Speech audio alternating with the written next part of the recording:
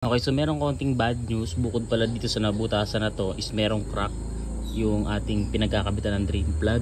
So dalawang crack siya, tapos nilagyan siya natin nito. Ito ay binili natin sa Shopee.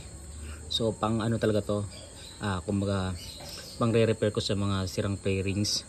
Pero pwede naman ata daw to sa mga ganitong metal. So tinry ko na lang din. So, sakaling hindi effective is papalitan natin. Mag-epoxy tayo yung ganito, mas maganda yung ganito, matibay ata to. Pero as of now, ito muna, tatry lang natin.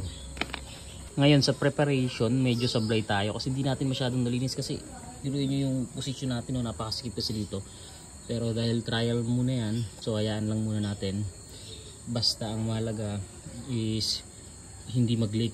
Kung mag-leak next time, hindi papalitan natin. So madali lang naman ata itong bakbakin. Ngayon, bukod dun sa crack na tinapalan ko nito, meron pang isang crack dun sa kabilang part niya. So ipe-prepare natin ng maayos. Talagang lilinisan natin.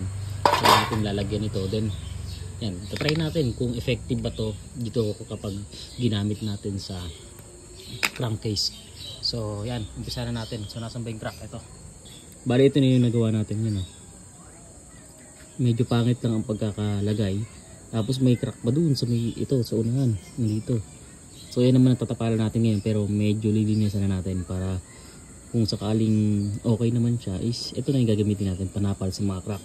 Sana hindi na mag-leak para mapaandar na natin. So sana ito na lang yung problema natin para wala na tayong dagdag gastos. Okay, sa pag-prepare, bali yan, didiinan lang natin to para lumabas yung dalawang chemical na dapat natin paghaluin. So dito na lang natin ipalabas. Okay, so bali ito na siya. So binawasan na natin yung white na parami kasi. Yan, kaya ganito dapat yung kulay niya. Not sure kung tama ba to . So sa Shopee marami nagsasabing hindi siya effective, nasunog daw. Meron naman okay naman. Malalaman natin yan after natin matapos to. So ikabit na natin, dikit na natin. Nakikita nyo ito. Ito yung bagong lagay natin. Tapos ito yung unang crack, yung unlaking crack na yan. So ngayon, pag natuyo na yan, siguro wait natin 24 hours. Bali, balik natin yung drain plug niya. Pero lagyan natin ng rubber gasket.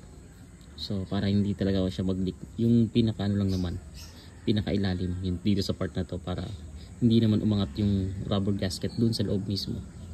Okay, so wait na lang natin na matuyo. Okay, so bali na prepare na natin siya, nadihan na natin siya para pantay yung itong surface na to. Then yun, sasalpak na natin yung drain plug, pero lalagyan natin ng rubber gasket para kita niyan, laki ng biyako, para at least walang leak. So try natin kung effective. Siguro pwede na yung ganito.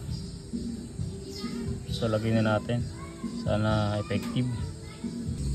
Yan, so naigpitan naman natin. So punasan lang natin yung sobrang gasket, tapos wait lang natin matuyo-tuyo bago natin salinan ng langis. So ngayon kakabitin natin itong tangke. Bali nilinisan natin yan, wala nang kalawang loob. Tapos pinalitan na natin ng pump, buong assembly na yung pinalit natin.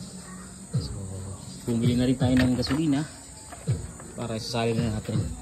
Tapos pagkalagay ng oil, tingnan natin kung gagana. Battery na lang ang kulang. So makukuha na tayo ng battery dito sa dalawang to. Okay, so ngayon wala nang leak. Wala pang leak. Pero sunog, hindi ko alam, baka ng excess na talagay natin. Pero umaandar na, yun ang pinakamaganda, umaandar na. So hindi malaki ang sira nito. Marami ang tagat paligid. So at least yung kanyang FI, yung okay. Pero yun nga, sunog na talaga. Talagang hindi pwede. Baho na.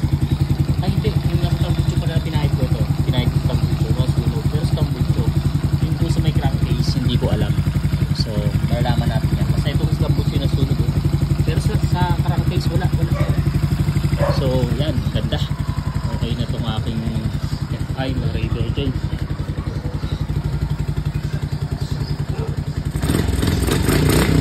Bale sa ngayon mahaba na yung tinakbo ng oras natin na umaandar to, pero walang bakas ng pagkasunog. Dinilagay natin sa may drain plug. So goods na goods yung product na yun. Para sa akin, goods sa ngayon pala, goods na goods pa siya. So hindi natin alam, pagdating ng panahon baka habang umaandar is mag-crack tapos matanggal. So wait na natin. So bali papagandahin lang natin to, ayusin ayusin natin para pwede siyang takbo sa kalsada. Bali after natin siyang i-reset, so yan na yung ano niya, redondo. So goods na goods pa yung makina, walang usok, wala na rin tagas. Dito naman sa head walang tagas. Ang dami nga lang palitin yung mga gulong, rayos. So pero kung personal service lang, dyan lang, goods na to.